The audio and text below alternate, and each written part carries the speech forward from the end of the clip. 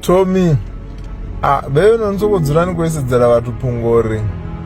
vakuita Satanism namini zvothe ari korea iwo mara ungasisokofhi zviyambori mwana akubvera woita Satanism. Nandoviya ndarika mumwe munhandare ari achipi zvipossible rijieni rothe niwane horo yakreshe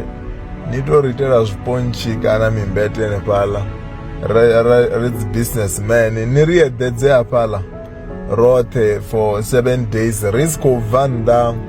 habhureg ila rikuruvhuwa rala radararara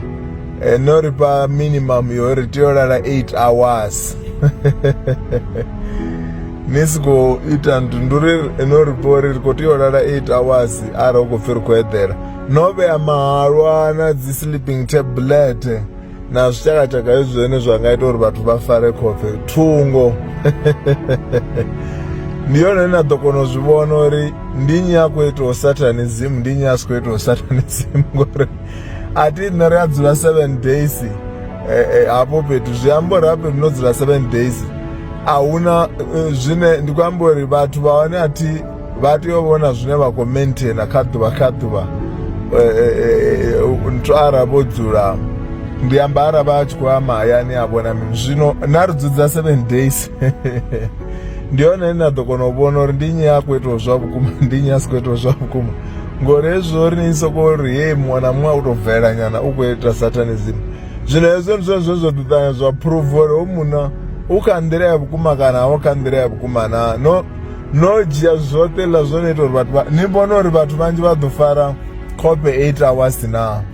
kana ndirela zvawera 30 minutes kana wawera 2 hours and nana vatu vano vakosokupupa so usimbedza uri unazvo zvikovaatakawo zvine vane vadhori vava kuitirani ndiyona inadzopruvhori hai ndizvavukuma hoyi nahoyi avaukazvo zvanoridzidzirila 7 days iva injisa une mutu waone zviyambori angapfa asadzurisei ngori unazvo zvine akutoyora mente